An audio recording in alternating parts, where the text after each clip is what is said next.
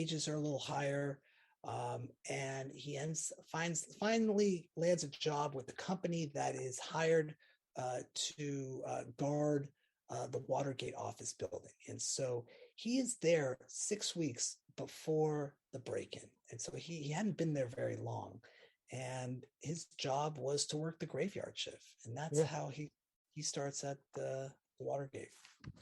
And what, and the thing that gets me about in the Watergate, by the way, I used to actually go down there a lot when I was in DC, and actually they had a Safeway I would go to down there, and it's near the right across the street actually from the Kennedy Center. And I was a member way back when of the Kennedy Center, and I would stop in the Watergate, and just an amazing complex, that's still there.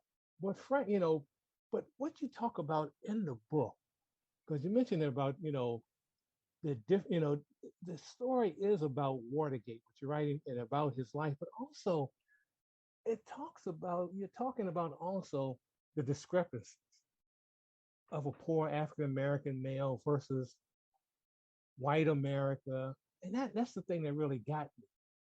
How some people have breaks, even people who have been put in jail because of the crimes they committed with Watergate, how they were able to come out and prosper while someone like a Frank Wills doesn't prosper. And just talk about the whole thing that he didn't have an old boy network that a lot of folks like Haldeman, Ehrlichman, all of them Nixon had. Talk about that.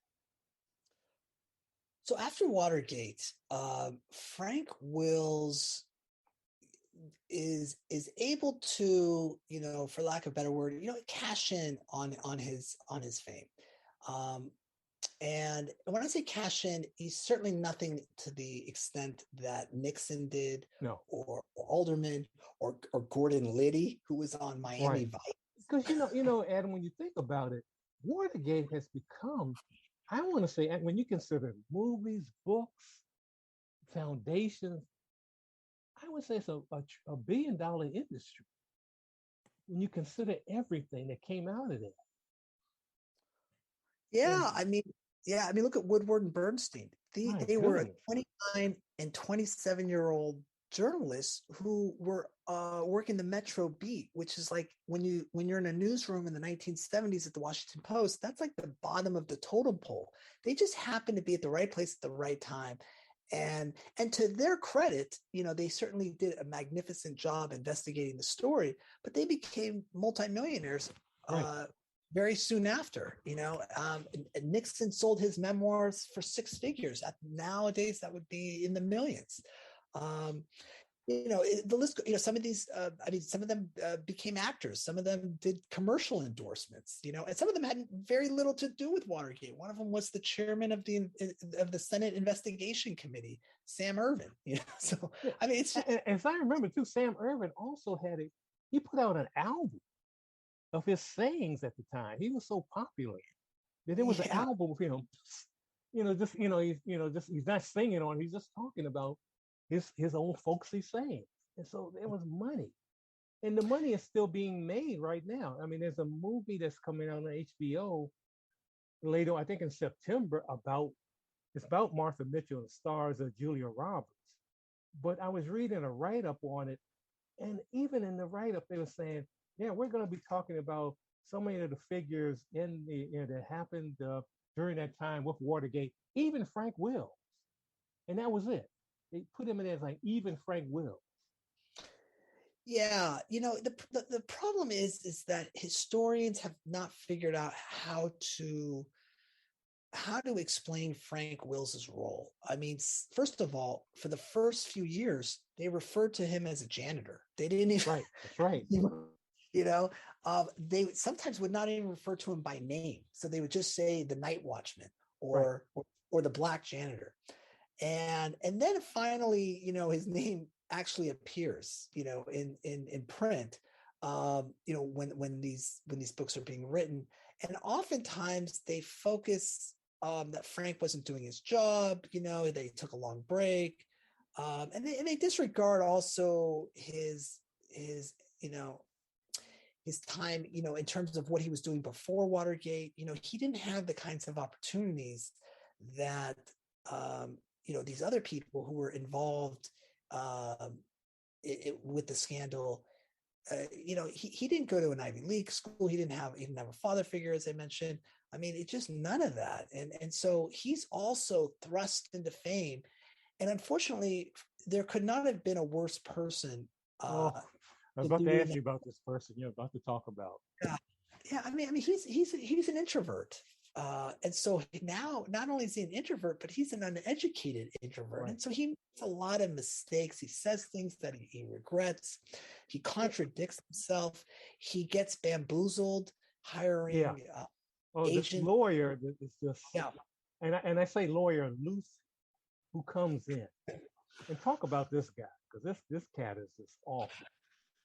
I mean, Dorsey Evans is like the Don King of Washington, you know. I mean, Dorsey Evans walks around with dollar signs, and he saw an opportunity. I do think, and some people probably would take issue with me. I do think though Dorsey Evans wanted to help Frank Wills, but he also wanted to help himself, Oh you yeah, know. that's the Um, bottom line. That was the bottom line yeah, for him. Help yeah. yourself. Look, if it wasn't for Dorsey Evans, Frank would not have probably had an appearance in the movie All the President's Men, That's starring right. Redford and Dustin Hoffman, going on to become a box office sensation, winning 4 Oscars, as well as go on the lecture circuit. He started the Frank Wills fan club. You know, I mean, all these things he did on behalf of Frank. But of course, Frank didn't see much in terms of money because the arrangement was that they would split whatever Frank met after Dorsey's bills were paid. So Right. he would front money for all of these things, and then he would pay Frank. And of course, there was no accounting, there was no transparency, and this is where, because of Frank's naivete, he got taken advantage of. And eventually they split, and Dorsey Evans eventually gets disbarred. So Actually, it had already been disbarred, but he was saying he was a lawyer. yeah, yeah. And anyway, so it's unfortunate. So Frank gets taken advantage of. He does find one friend, and I don't know if I would use the word friend. I think in the end they were, but it's the journalist Simeon Booker, who was with Jet Magazine, and Right. he'd covered Frank from the night of the break-in all the way up until his death. And they stayed in touch. And every 5 years, when there was an anniversary, he would always, call Frank, see how he's doing. He would visit him. They would meet, and I think he genuinely cared for Frank, but he also saw that Frank was so ill prepared for this role. He definitely was, and he was his own. As I read your book, and it's a shame to read and find out that Frank, in many ways, was his own. He was the victim of his own this personality, the things that he wouldn't do. Like, talk about the whole thing about the Urban League and how they tried to help Frank.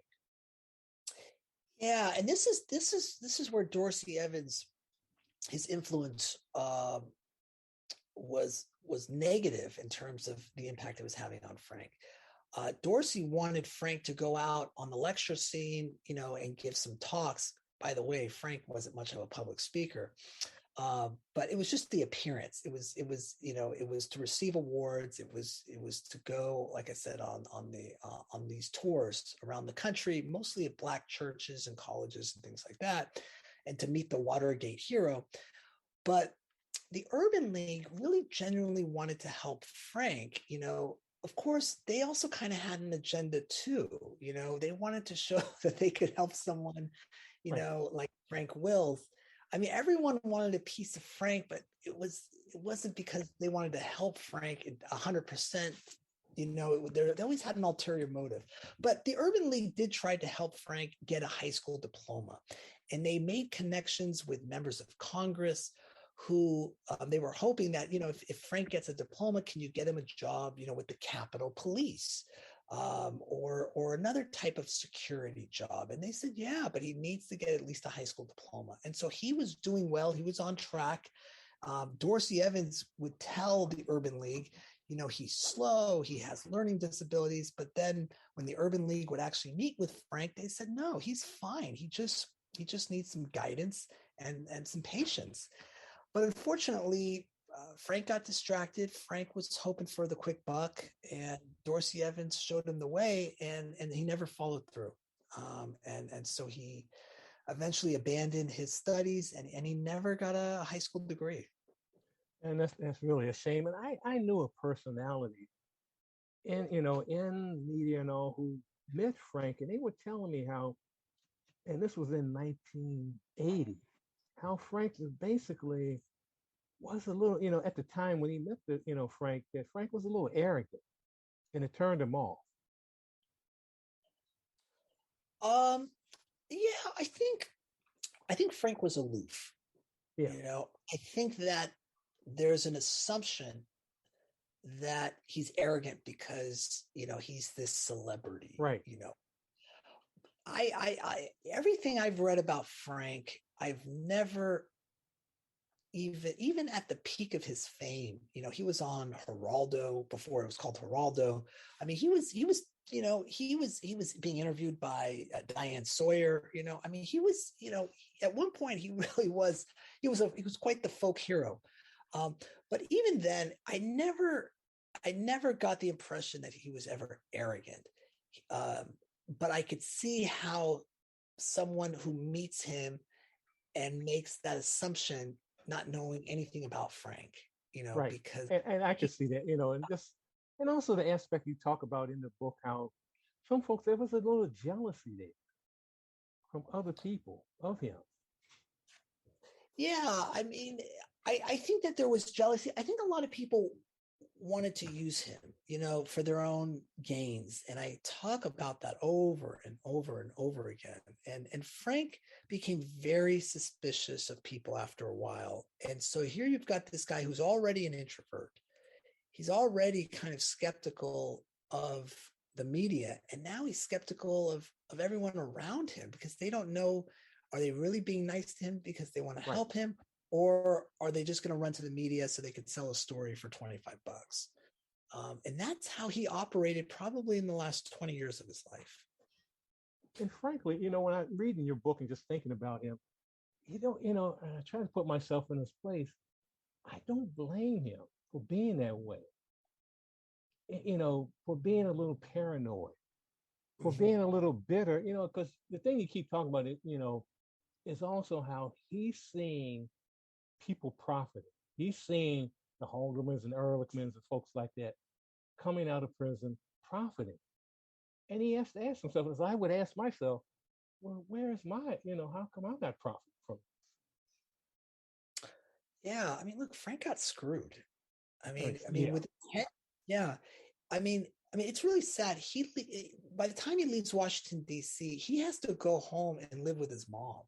I yeah. mean, he's past 30 years old, and he's going home to live with his mom. I mean, it's embarrassing. And he has no job, no prospects for the future, no partner. No kids. Well, I shouldn't say no kids.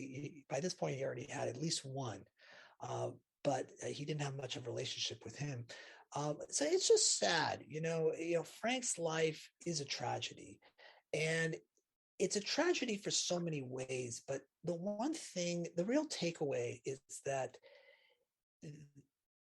is because of Frank's background, he had no chance to thrive. Right. He wasn't given the tools needed to navigate through this. He didn't have the father figure, he didn't have the education. And, he grew up in a culture that treated him as if he's inferior of everything. So, how is someone supposed to deal with that? And I think in some situations he actually did a pretty good job, given what he was dealt with. I mean, considering he was in the movie All of the President's Men, that he did all these speaking engagements and all the things he did, it is amazing that he was able to do all that. But talk about also what happens to him when he gets back, he gets down south, and he gets arrested. Because Mm. this is where I wonder if this, if this really was set up by forces that were beyond the state of South Carolina. This was something completely different. to get Frank Wills.